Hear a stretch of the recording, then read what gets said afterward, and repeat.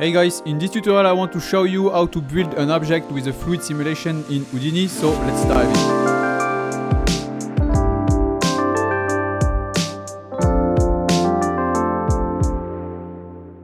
So I have a new blank scene and the first step is to add a new geometry node. So you can dive inside and here you can import your 3D model. So in my case, I've already created these models and I will create a fluid simulation to fill this object and create the object over time. So here I will select my geo node and I will add an object merge just to place my object into different places of the node networks. So here I can paste my null under my object merge and then I have my object into this individual node. So now I will center my object on the scene. So to do that I can add a match size node. It will center my object on all axes. So now I can place my object correctly on the scene. So in my case I will place a transform node and I will add a bit of rotations on the x-axis. So in my case I will put the value at -36 and for the y-axis I will put the value at -73. So now I can create a little hole on my object on the top. So in that case I can put the fluid source over the hole to fill the object. So to do that I can add an attribute wrangles. And here for the attribute wrangles I will type if at p.y is over, and here we can create a little channel float and we can name it y pose. Then we can remove points. So here you can type 0 and at pt num. So we can create the channel by clicking on this, and here you can set the value you want for the hole. So in my case, I will put the value at 0.521. So now for the fluid simulations, I need to create a collider based on VDB. But to create a VDB, I need to close my geometry. So to do that, I can add a poly extrude node just to add the little thickness on my geo. So here for the poly extrude, I will put the value at 0.05 just to add a bit of thickness. And here don't forget to click output box. In that case it will create a faces at the inner space and then we can convert this object as VDB. So we can add the VDB from polygons and here we need to keep the detail on this one. So here we can put the value at 0.005 and then we can convert these as a polygon. So let's add a convert VDB node and here we can convert it from volume to polygons. So now let's add a null to specify this is the output for the collider geometry. So later we can use that in the fluid simulations. So we can rename it col geo. And we also need to create a collider volume for the static object inside the .NET. So now let's add a new null. And you can plug the VDB from polygon into these nulls and we can rename it col vol. So now let's create the geometry for the fluid source. So let's add a spheres. So here for the spheres, I will change the primitive type to polygons. And here I will keep the radius at 0.5, but I will decrease the uniform scale to 0.3. And I will increase the frequency to 10. So now I can convert this geometry to fluid source. So to do that, you can add the flip dop source node. So now you can blast the surface and keep only the points. So you can add a blast node and here you can select the surface. So now you can create a velocity attribute. So let's add an attribute wrangles. And here you can type v at v for velocity vectors. And here you can set the velocity negative on the y-axis. So you can type set 0 for the x-axis, -1 for the y-axis and 0 for the z-axis. You can visualize the velocity attribute by clicking on the eye icons and here on the V attributes. So now let's create a little animation for the fluid source. So to do that, let's add a transform node. And here for the transform node, you can animate the rotation on the x-axis. So here I will use the sine functions. So let's type sine $ff to animate the function over time. And here you can multiply that by 10 and you can multiply everything by 10. So if you want to increase the speed, you can increase this value. And if you want to increase the amplitude, you can increase this second value. So now you can visualize the animations of the source. So you can make it real time. And now we have this kind of wave. So now we can place this fluid source above our collider object. So let's add a new transform node. And here with the transform node, I will just paste the values that I used on my original scene for the translates.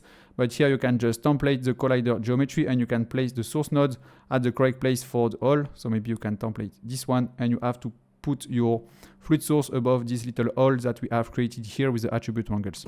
Most Houdini tutorials show you tricks. Very few teach you how to build real, production-ready setups from scratch. Artilabs is a premium Houdini training platform for artists who want production-level results, used in motion design, simulations, and high-end product visuals. You get 45+ hours of advanced content, including 2 complete courses where you build high-end animations from start to finish, exactly like in real client work. Every lesson includes full Houdini project files, so you're never guessing. You follow the exact workflow step by step. The library keeps growing every month. And right now, annual access is discounted with an extra 20% off for a limited time. Click the link below. Start building Houdini work that actually attracts professional clients. So in my case, I use those values for X, Y, and Z for the position of the spheres. And in that case, I have the spheres at these positions, and with the animation, we have this kind of result. So now I can add a null to specify this is the output for the fluid source, and we can import that to the .NET. So we can rename it fluid source. So now let's create the fluid simulation. So to do that, we can add a DOP network, and here we can rename it fluid sim. So here we can dive inside and we can create something very basic. So first we need to add a flip solver. You can plug that into a merge to add a static object later. You can add the gravity force, and then you can plug that to the output. Then you can add the static object and you can plug that to the merge. So make sure the static object is on the left. So to do that, you can select the merge node and you can press Shift and R. Then we need to add a flip object and you can plug that to the first input of the flip solver. And now you can add a volume source and you can plug that to the last input of the flip solver. So now we can import the source that we have created in SOPs with the volume source node. So to do that, you can select the volume source, and here under the subpath, you can select the source flip. So you can expand the object and the GO1, and here you can import the flip source node. So here under initialize, you can initialize source flip, and here you can go to the flip object. You can remove this default cube. So you can click on that and you can remove this path. So now we can link the parameter from the DOP to the SOP. So to do that, you can select the particle separations. So right click, copy parameter, and you can go back to the SOP. You can go to the flip source node, and here you can paste the value under the voxel size. So right click, paste relative reference, and you can multiply that by 2 as 2 is the grid scale, and we can keep the value as default. Then you can paste the value here under the particle separations. So right click, paste relative reference, and here you can put $FF under the jitter seed. In that case, it will change the point positions over time. So this will avoid getting some stepping issue at the end of the simulations. So now you can go back to the .NET. And here for the resolution of the fluid, I will use 0.005 for the final resolutions. So now you can visualize the points. So by default, you can visualize some spheres. So to change that, you can select the flip object. You can go to guide, and here you can go to particles, and you can change it from sprite to particles. So now you can also disable the velocity visualization. So to do that, you can disable this. So now let's import the static object under the .NET. So you can select the static object node. You can dive in the SOP path node, and here you can select the call geo. So now you can select the collision tab, and here you can put that to volume collisions, and you can change the mode to volume sample. Then we need to import the proxy volume, which is the VDB that we have created in SOP. So here you can click on these little icons and you can import the call vol. Then we can select our flip object, and here you can define some physical attributes. So in my case, I will increase the viscosity value to 150. Of course, it's up to you. You can play with different settings if you want. So now I can select my flip solver. I can increase the substep a bit, so I can put at minimum substep 2 and maximum substep 4. So now I can go to the particle motions. I can add an ID attribute and age particles, and here I can disable the recedings. Now I can go to the volume motions, and I can put that to swirly. And then I can decrease the global container, because for now the default size is at 50, which is very huge. So here in my case, I will put each axis at 3. So now you can hide this container from the viewport. So to do that, you can disable these little options. And now you can go to the viscosity tab, and you have to enable the viscosity. So of course you can use an attribute to define the viscosity, but in my case, I've just set a fixed value for the viscosity here under the flip object. So that's pretty much it for the fluid simulations. Now you can go back to the SOP, and here you can add a DOP import field. So here you can drag and drop your .NET under this first field.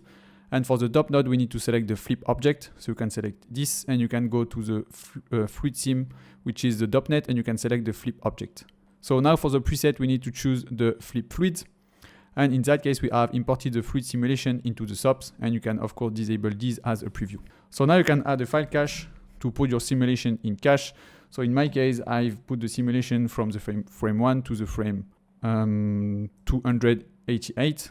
And here you can put that to explicit, and you can put that under the cache folder and $OS folder. So in my case, the simulation took around 30 minutes, and I have this result. So now I can retime my simulations. So let's add a retime node to make it slightly faster.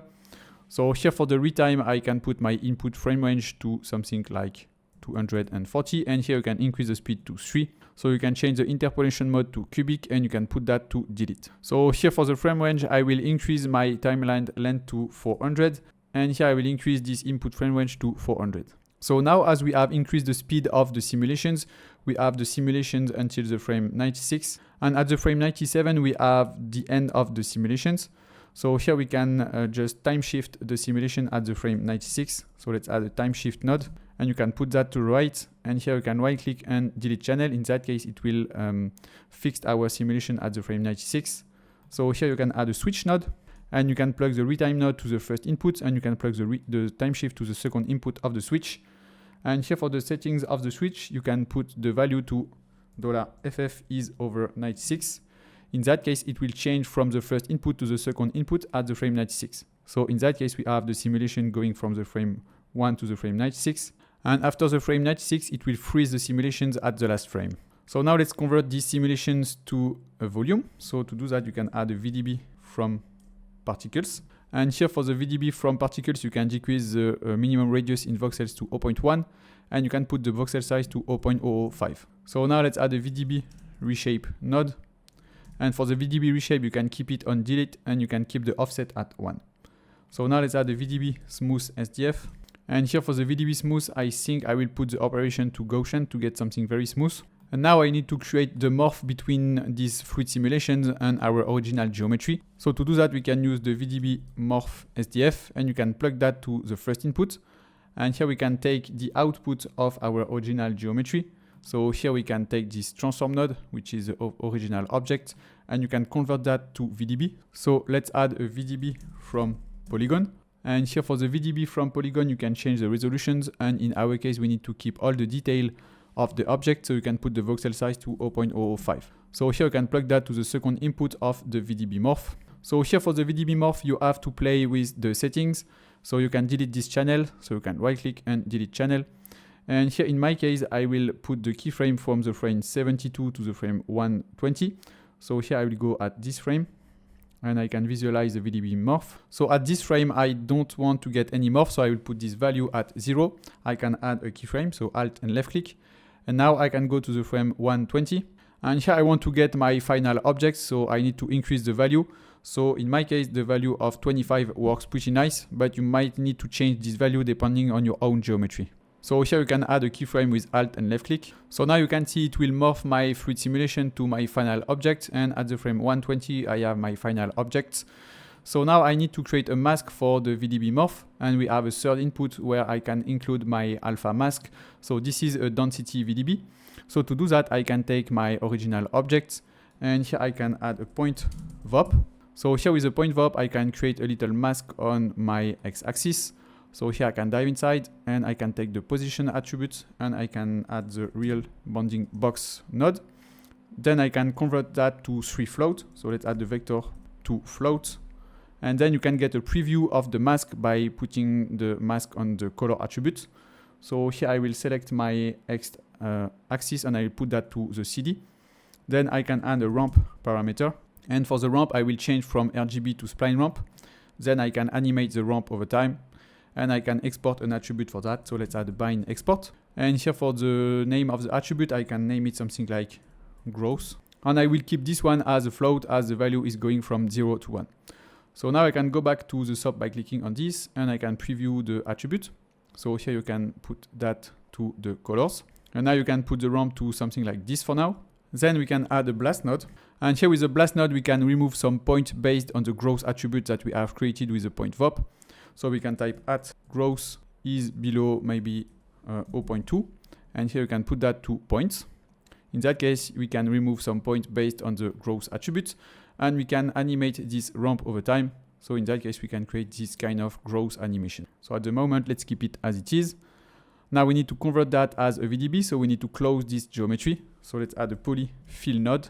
And here with the polyfill, you can put that to triangles. So now let's convert everything to VDB. So let's add a VDB from polygon. And here with the VDB from polygons, you can put the value at something like 0.01. We don't need to get very high detail on this one. So let's add a VDB reshape SDF just to make it slightly bigger than our original geometry. So here for the value, I will put the operation to delete and I will put the offset to 5. Of course, it's up to you. You might need to tweak this value. So now let's convert this SDF to density. So let's add a convert VDB node. And here we can convert it to density VDB. So to do that, you can convert to VDB and here you can change it from SDF to fog. Then we can add a VDB smooth. And here with the VDB smooth, you can put that to Gaussians and you can increase the iteration to 10. So now let's take the VDB morph and you can plug that on the last input, which is the mask. And here we can see the result of the VDB morph, maybe at the frame 90. So now you can see it will morph my object based on the mask. So now you can see it will morph between my two objects based on the mask that we have created, and the mask can be animated over time. So here I can select my point warp and maybe you can visualize the blast. And here you can go to the frame 72. So at the beginning of the animation, we have to get the ramp to something like this. And here you can add a keyframe for the position of these two dots. So add a keyframe to this one with Alt and left click. Same for this one. And now you can go to the frame 120 and you can change the position of the dot to something like this. And for this one, you can put it to here. In that case, you can close the geometry to something here. Then you can add a new keyframe for the position of this one and also for this one. So now we have this kind of growth animations. So now we have this result and we can see a little edges here for the mask. So let's add a VDB smooth SDF.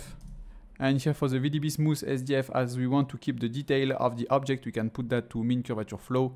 And here you can play with the setting to remove these little seams for the mask. So now let's convert this volume back to polygon. So let's add a convert VDB node. And here we can convert it from volume to polygon. And then you can put that in cache. So let's add a new file cache node. And you can rename it something like fluid morph. Then you can change the path to explicit and you can put that under your cache folder and $OS folder, which is the name of the node. And here you can put that in cache for 120 frames. So you can delete the channel and put that to 120. Then you can put that in cache. So in my case, it took around 5 minutes. So finally, I have this result after the cache. So we have the fluid at the beginning of the animations. And then at the frame 72, we have this morph starting from the bottom of the object.